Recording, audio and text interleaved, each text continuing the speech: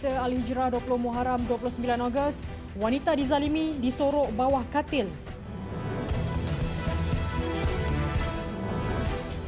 Juga warga Lembah Kelang pindah fasa 2.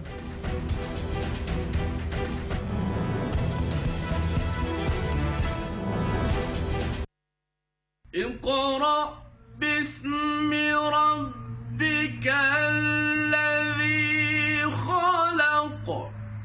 Khalaqal insana min 'alaq.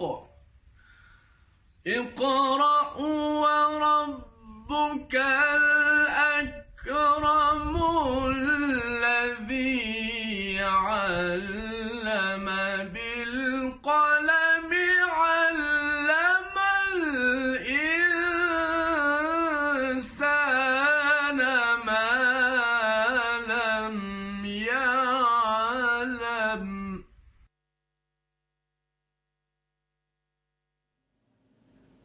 Itu tadi bacaan surah Al-Alaq ayat 1 hingga 5 yang dibacakan Ustaz Tirmizi Ali. Ia bersempena Malaysia #Quran Hour Hari Kebangsaan 2021 esok. Bertemakan formula Malaysia Berbudi dan Penyayang, ia akan berlangsung jam 12 hingga 1 tengah hari dan disiarkan secara langsung melalui stesen TV Al-Hijrah dan laman Facebook rasminya.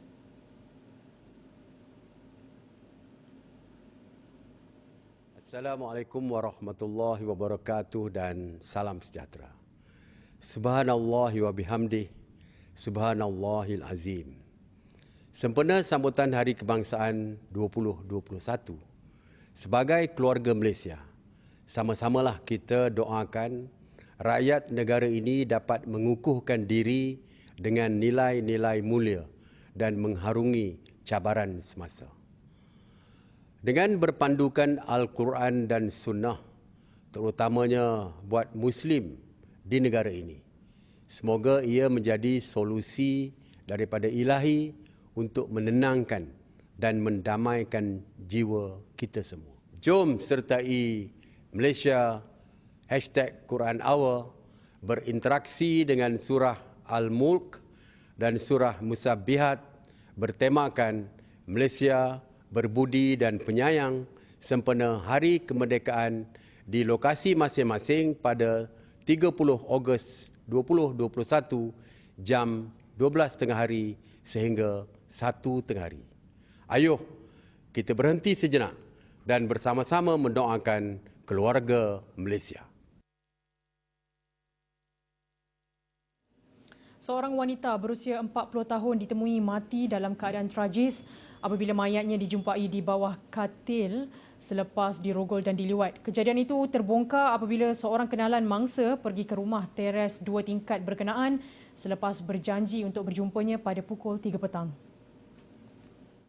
Menurut Ketua Polis Seberang Perai Selatan, Superintenden Lee Chong Chen, saksi berkenaan mendakwa melihat seorang lelaki bermotosikal keluar dari rumah mangsa di Taman Seruling Emas Nibong Tebal sebelum dia menghubungi kakak mangsa. Mayat ditemui terbaring di bawah katil di dalam bilik tingkat bawah. Selain itu, seorang jiran mangsa turut mendakwa nampak pergerakan keluar seorang lelaki dengan motosikal jenis SYM dari rumah itu kira-kira pukul 4.30 petang semalam.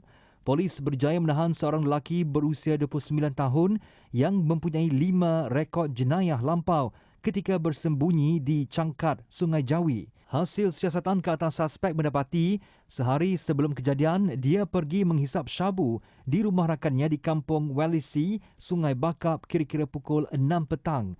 Kemudiannya, kira-kira pukul 2 pagi, suspek meminjam motosikal rakannya untuk bersiar-siar di kawasan taman perumahan itu sebelum masuk ke dalam rumah mangsa melalui tingkap di bahagian belakang. Suspek kemudian merogol dan meliwat mangsa. Mangsa dikatakan menjerit dan melawan sebelum suspek menyumbat seluar dalam mangsa ke dalam mulut dan menutup mulutnya dengan tangan. Setelah mendapati mangsa tidak bergerak dan mengesyaki meninggal dunia, dia menarik mayat tersebut dan menyembunyikannya di bawah katil. Suspek rogol dan liwat serta menyebabkan kematian itu kemudiannya direman seminggu bermula hari ini. Suspek berusia 29 tahun itu direman sehingga Sabtu depan bagi membolehkan siasatan lanjut. Suspek sebelum itu ditahan kira-kira 10 malam Sabtu selepas polis menerima laporan berhubung penemuan mayat terbaring di bawah katil semalam. Polis hari ini telah membawa semula suspek ke lokasi kejadian dipercayai bagi mengumpul maklumat lanjut. Suspek diiringi polis itu dilihat beredar dari kediaman teres 2 tingkat tersebut dengan sebuah kereta polis sejurus siasatan selesai kira-kira pukul 1.40 tengah hari. Di Ibu Negara, tangan kanan remaja perempuan yang cedera selepas diserang 3 lelaki dalam kejadian samun motosikal di Jalan Kuching Khamis lalu terpaksa dipotong. Ketua Polis Sentul, Asisten Komisioner Beh Eng Lai berkata, doktor yang merawat gadis berusia 17 tahun itu terpaksa memotong tangan kanannya pada Jumaat lalu bagi menyelamatkan nyawa mangsa. Mangsa yang menerima rawatan lanjut di Hospital Kuala Lumpur dilaporkan berada dalam keadaan stabil. Setakat ini, polis masih mengesan ketiga-tiga suspek dan belum ada tangkapan dilakukan. Pada Khamis, sepasang kekasih cedera selepas diserang 3 lelaki dalam kejadian samun motosikal di Jalan Kuching pada 2.10 tengah malam. Kejadian itu mengakibatkan mangsa lelaki cedera di muka dan badan, manakala teman wanitanya cedera di bahu kanan serta tidak sedarkan diri dan dirawat di HKL. Siasatan awal mendapati suspek terdiri daripada 3 lelaki tempatan melarikan motosikal milik mangsa dengan nombor pendaftaran VFU 814. Polis kini giat mengesan suspek untuk siasatan mengikut Seksyen 394 Kanun Keseksaan. Seorang pekerja kedai makan yang memberi alasan membantu rakannya mengambil air ketum bersama ubat batuk ditahan dalam operasi motosikal di Jalan Bangsar semalam. Lelaki berusia 23 tahun itu selepas ditahan polis mendakwa dalam perjalanan pulang dari Sungai Buloh ke Bangsar untuk mengambil 1 botol air ketum dengan ubat batuk bagi rakannya. Katanya dia hanya menolong kawan mengambil barang tersebut tetapi tidak meminumnya. Dalam operasi bermula pukul 9 malam hingga 12.30 malam itu, kira-kira 300 penunggang motosikal telah diperiksa. Ketua Jabatan Siasatan dan Penguatkuasaan Trafik JSPT Kuala Lumpur, Asisten Komisioner Sarifuddin Muhammad Saleh berkata, sebanyak 164 saman dikeluarkan pihaknya atas pelbagai kesalahan dalam operasi itu. Antara kesalahan yang dikesan dilakukan adalah tiada lesen memandu, tiada cermin sisi, nombor pendaftaran tidak mengikut spesifikasi, ubah suai exhaust dan lain-lain. Lelaki itu dibawa ke Ibu Pejabat Polis Daerah IPD Brickfields untuk siasatan lanjut mengikut Seksyen 30-3 Akta Racun 1952. Peralihan Fasa Pelan Pemulihan Negara PPN bagi Lembah Kelang kepada Fasa 2 sedang dipertimbangkan. Susulan kadar vaksinasinya telah melebihi keperluan imuniti kelompok. Perdana Menteri Datuk Seri Ismail Sabri Yaakob berkata, perkara itu akan diperhalusi melalui mesyuarat jawatan kuasa khas menangani COVID-19 yang dipengerusikan beliau dalam masa terdekat. Kalau 89.5% mungkin dah boleh berpindah ke fasa seterusnya. Sebab dari segi vaksin dah melebihi daripada herd immunity punya keperluan, iaitu hampir 90%. Jadi kita akan tengok secara detail nanti. Mungkin banyak negeri lain pun dah boleh berpindah ke fasa seterusnya. Tunggulah pengumuman nanti. Kadar vaksinasi bagi dos pertama di Lembah Kelang membabitkan 6,894,193 dos bersamaan 110.7% melebihi populasi di Kuala Lumpur. Manakala bagi dos lengkap pula seramai 5,518,094 orang iaitu 89.5%. Sementara itu katanya pemberian vaksin di 6 negeri akan dipertingkat memandangkan kadar vaksinasinya masih di bawah 50%. 6 negeri terlibat ialah Terengganu, Perak, Johor, Kedah, Kelantan dan Sabah. Saya dah berbincang dengan KSU Kementerian Kesihatan dan juga KSU Mosti supaya kita mesti menumpukan perhatian kepada 6 negeri ini. Dan saya mahu before end of September mereka semua 6 negeri ini mesti melebihi daripada 50%. Beliau berkata demikian pada sidang media selepas menyaksikan pemberian vaksin AstraZeneca dos ke sejuta di Pusat Pemberian Vaksin PPV Pusat Dagangan Dunia Kuala Lumpur WTCKL hari ini. Program Pusat Pemberian Vaksin PPV bergerak oleh Majlis Agama Islam Wilayah Persekutuan Mawib yang dimulakan awal Ogos lalu dilihat berjalan lancar dan mendapat sambutan yang menggalakkan. Menurut pengerusinya, Datuk Dr. Muhammad Daud Bakar, beliau yakin mereka akan mencapai sasaran bilangan individu yang divaksin dengan mudah sebelum program berkenaan berakhir bulan depan. Kita bawa klinik bergerak PPV ini berdekatan dengan rumah mereka, dengan PPR mereka, akan berakhir pada 9 September. 9 September akan berakhir. Jadi kita sasarkan sebanyak 7,500 orang penerima. Jadi kita ada 15,000 vaksin. Dan saya tinjau sendiri sambutannya menarik, sama ada yang Muslim atau tidak Muslim. Mereka rasa dihargai kerana kita membawa klinik bergerak itu dekat dengan rumah mereka. Jelasnya, Mawib bercadang untuk meneruskan PPV bergerak tersebut bagi memastikan tiada asnaf yang tercicir daripada disuntik vaksin COVID-19. Dalam pada itu, beliau juga sentiasa mengalu-alukan pihak NGO dan sebagainya untuk turut serta meneruskan program berkenaan.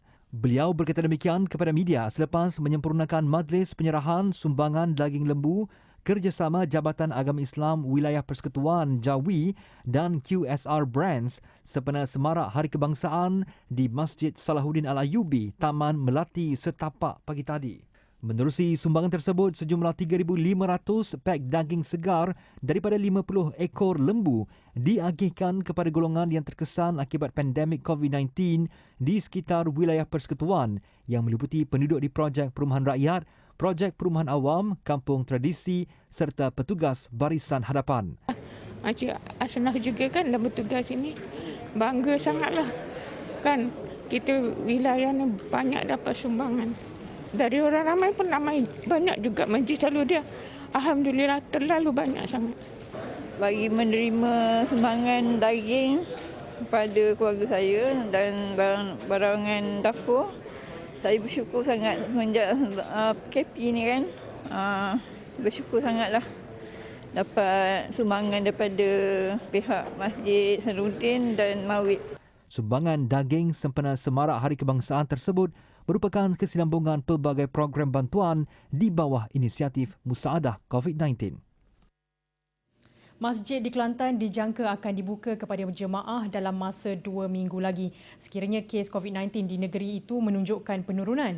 Pengerusi Jawatan Kuasa Kerajaan Tempatan, Perumahan dan Kesihatan Negeri, Dr. Izani Husin berkata selain itu pembukaan masjid itu akan dibuat jika kadar vaksinasi di Kelantan meningkat seperti yang ditetapkan dan pada masa yang sama fasiliti kesihatan yang semakin baik juga akan diambil kira.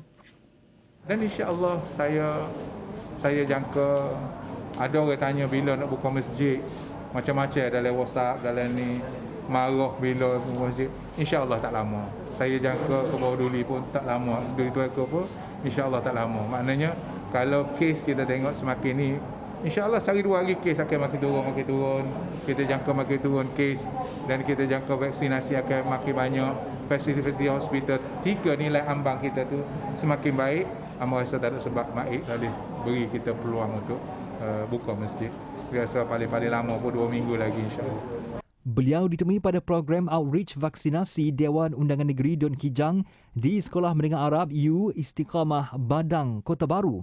Menerusi program 5 hari yang bermula hari ini, dianggarkan antara 2,000 hingga 3,000 individu yang akan divaksinasi. Media sebelum ini melaporkan Majlis Agama Islam dan Adat Istiadat Melayu Kelantan, MAIK, bersedia membuka masjid kepada orang ramai sekiranya Kelantan mencapai tahap imuniti kelompok. Yang Ketua MAIK yang juga Tengku Temenggung Kelantan, Tengku Tan Sri Muhammad Rizam Tengku Abdul Aziz berkata, buat masa ini hanya 4 jemaah dibenarkan menunaikan solat jemaah di masjid terdiri daripada pegawai masjid termasuk imam dan bilal. Selepas ini, Aida bakal mengganas.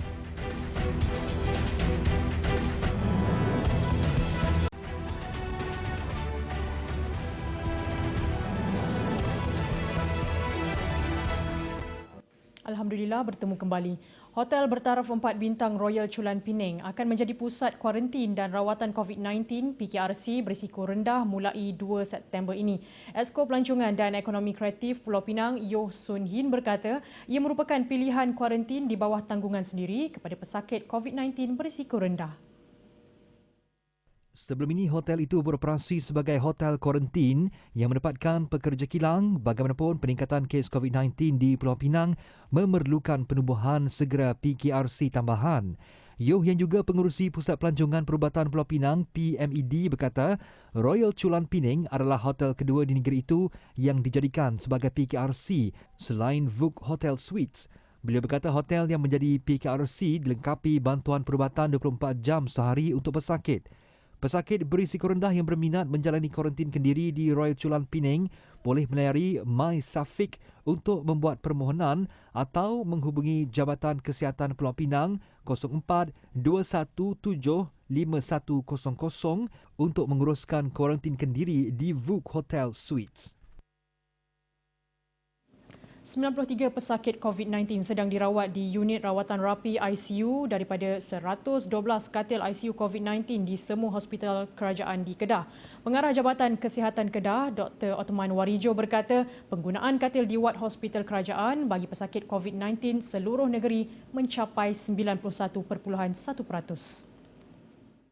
52.3% katil pula digunakan di pusat kuarantin dan rawatan berisiko rendah PKRC, antaranya di Sungai Petani dan Kulim. Katanya penggunaan katil ICU COVID-19 sekarang adalah 83.9% daripada 112 katil. Bagi pesakit COVID-19 yang dirawat di hospital, 15.54% berada pada kategori 5, manakala kategori 4 adalah sebanyak 69.68%. Pada 31 Julai lalu, media melaporkan seramai 90 pesakit COVID-19 sedang dirawat dalam ICU daripada 96 katil ICU COVID-19 di semua hospital kerajaan di negeri Kedah setakat 30 Julai. Hari ini Kedah mencatatkan 1,755 kes baharu dengan 5 kematian dicatatkan. Maklumat mengenai identiti dua rakyat Malaysia dilaporkan ditahan Taliban di Afghanistan kerana didakwa sebagai ahli kumpulan militan negara Islam Daesh berada di bawah bidang kuasa Wisma Putra. Perkara itu dijelaskan Ketua Polis Negara Datuk Seri Akril Sani Abdullah Sani. Katanya maklum balas mengenai perkara itu hanya dikeluarkan Wisma Putra kerana ia sudah memasuki skop mereka. Sementara itu, Wisma Putra berkata tiada kenyataan akan dikeluarkan berhubung kes penahanan itu setakat ini. Semalam, Polis Diraja Malaysia PDRM dilaporkan sudah mengemukakan permohonan kepada Agensi Keselamatan Luar Negara bagi mengesahkan laporan rakyat Malaysia ditahan pihak berkuasa Taliban di Afghanistan. Datuk Seri Akril Sani dipetik berkata siasatan juga sedang dijalankan berhubung kemungkinan berita dilapor itu membabitkan pejuang Daesh warga Malaysia yang memang berada di luar negara. Media antarabangsa melaporkan dua rakyat Malaysia antara 6 individu ditahan pihak berkuasa Taliban di Kabul, Afghanistan Khamis lalu kerana terbabit dalam pertempuran. Cabang Daesh di Afghanistan dikenali dengan singkatan ISK dikatakan menentang Taliban dan tentera Amerika Syarikat. ISK adalah serpihan daripada anggota Taliban yang menyasar untuk menubuhkan pemerintahan khalifah di wilayah yang sebelum ini disebut Khorasan, kawasan yang merangkumi sebahagian Iran, Afghanistan dan beberapa bahagian Asia Tengah. Sementara itu, dua suspek pengganas rakyat Malaysia bakal dihadapkan ke mahkamah esok atas tuduhan terlibat dalam pengeboman maut di Indonesia lebih 19 tahun lalu. Muhammad Nazir Lib dan Muhammad Farid Amin ditahan dalam penjara di Guantanamo Bay di Cuba sejak 2006 bersama seorang rakyat Indonesia, Encep Nurjaman atau dikenali sebagai Hambali. Menurut Pejabat Suruhanjaya Tentera Amerika Syarikat AS, ketiga-tiga suspek itu dijadualkan dihadapkan ke Mahkamah Tentera di Guantanamo pada Februari lalu. Namun tarikh tersebut ditangguhkan susulan pandemik COVID-19. Nazir dan Farid berdepan dengan 9 pendakwaan manakala Hambali 8 tuduhan berhubung peranan mereka dalam serangan pengganas di Bali pada 2002 dan Jakarta pada 2003. Ketiga-tiga suspek itu didakwa atas tuduhan melakukan konspirasi, percubaan membunuh, sengaja menyebabkan kecederaan anggota badan yang serius, keganasan, merosakkan harta benda dan menyerang orang serta objek awam. Pihak berkuasa Amerika Syarikat memaklumkan kesemua tuduhan tersebut tidak membawa hukuman mati. Pada 2003, ketiga-tiga suspek itu ditahan di Thailand dan dihantar ke rangkaian penjara agensi perisikan pusat CIA sebelum dipindahkan ke Guantanamo pada September 2006. Night Confusion Unit gegar Israel.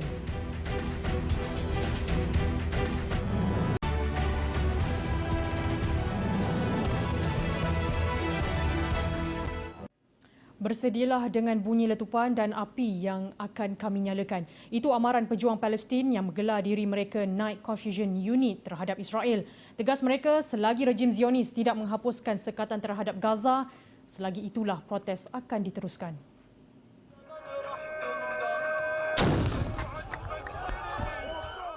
Penunjuk perasaan itu berjaga malam, meletupan bom serta menyalakan api daripada tayar yang dibakar di kawasan sempadan Gaza, Israel.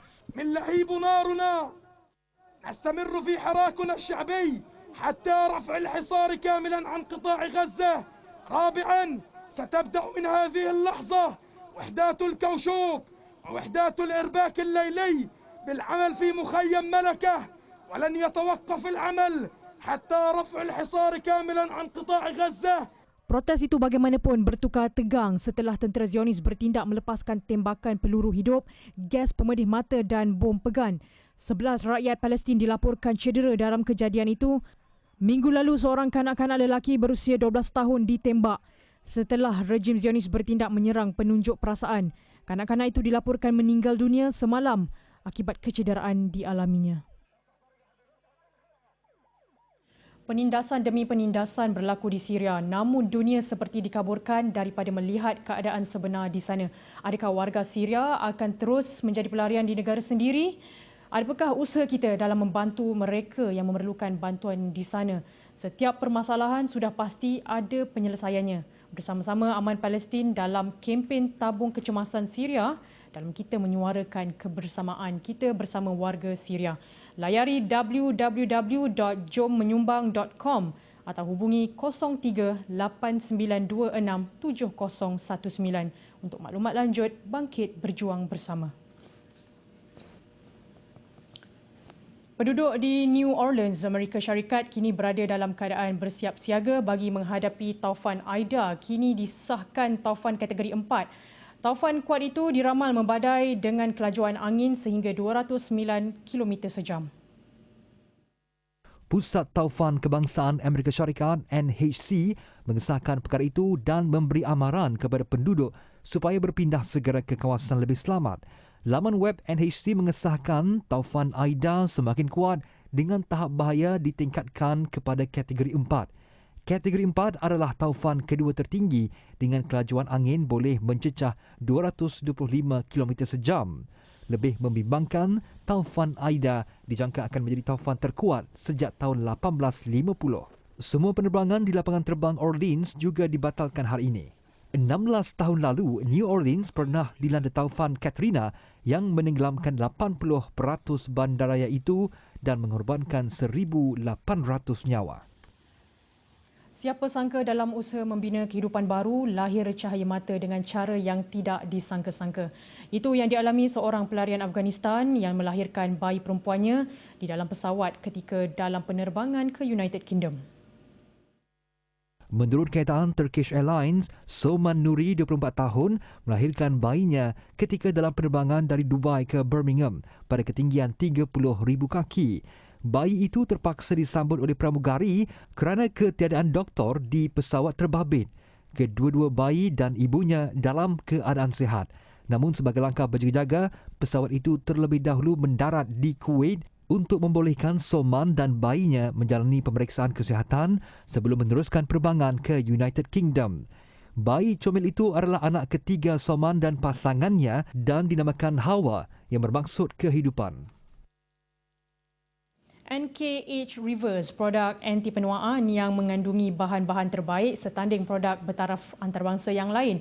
Selain menggunakan formulasi bioid, kompleks iaitu teknologi nano dan teknologi hijau. Pengasasnya Profesor Madya Dr. Siti Hamidah Muhammad Setapa berkata, produk yang telah menjalani penyelidikan lebih 10 tahun di Universiti Teknologi Malaysia UTM itu merupakan inovasi yang dapat membantu wanita mengatasi masalah penuaan.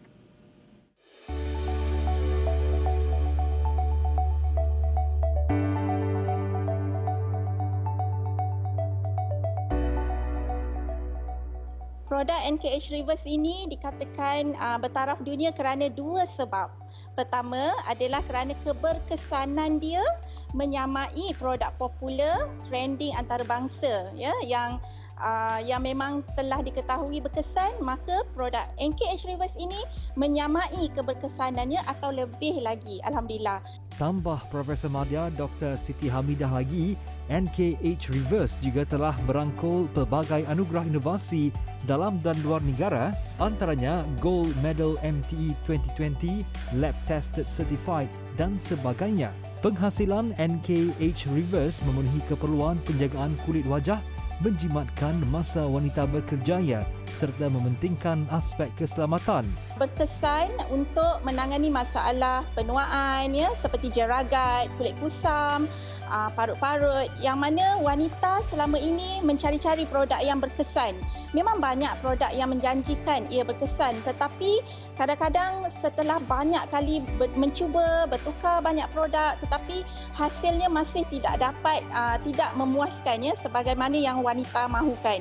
Jadi kami di UTM mengeluarkan produk ini yang mana ia sangat simple dengan penggunaan yang sedikit, hanya satu produk mengandungi banyak kebaikan, ada toner, ada moisturizer, ada cleanser dalam satu produk ini sahaja. Menurutnya lagi, produk tersebut juga boleh digunakan oleh semua golongan, khususnya lingkungan 35 tahun dan ke atas. Energy, Water Mist, Skin Fit atau bedak asas dan lain-lain antara rangkaian produk lain yang turut mendapat perhatian. Profesor Madya Dr. Siti Hamidah berkata, syarikatnya She Empire Sdn Bhd turut menerima program peningkatan Enterprise Bumiputera BIP di bawah SME Corporation Malaysia. Sebarang pertanyaan atau untuk mendapatkan produk NKH Reverse, hubungi ejen-ejen NKH Reverse yang telah dilantik atau layari laman web dan laman sosial seperti yang tertera. Jangan ketinggalan bersama Zaim Zamani jam 8.45 malam nanti bagi mengikuti siaran langsung Globe Al-Hijrah. Antara yang menarik pastinya kisah tahanan wanita hamil di penjara Israel yang kini menghampiri saat melahirkan bayinya. Kupasan lanjut dalam Globe Al-Hijrah. Sekian untuk malam ini, saya Fazida Mustafa. Assalamualaikum warahmatullahi wabarakatuh dan selamat malam.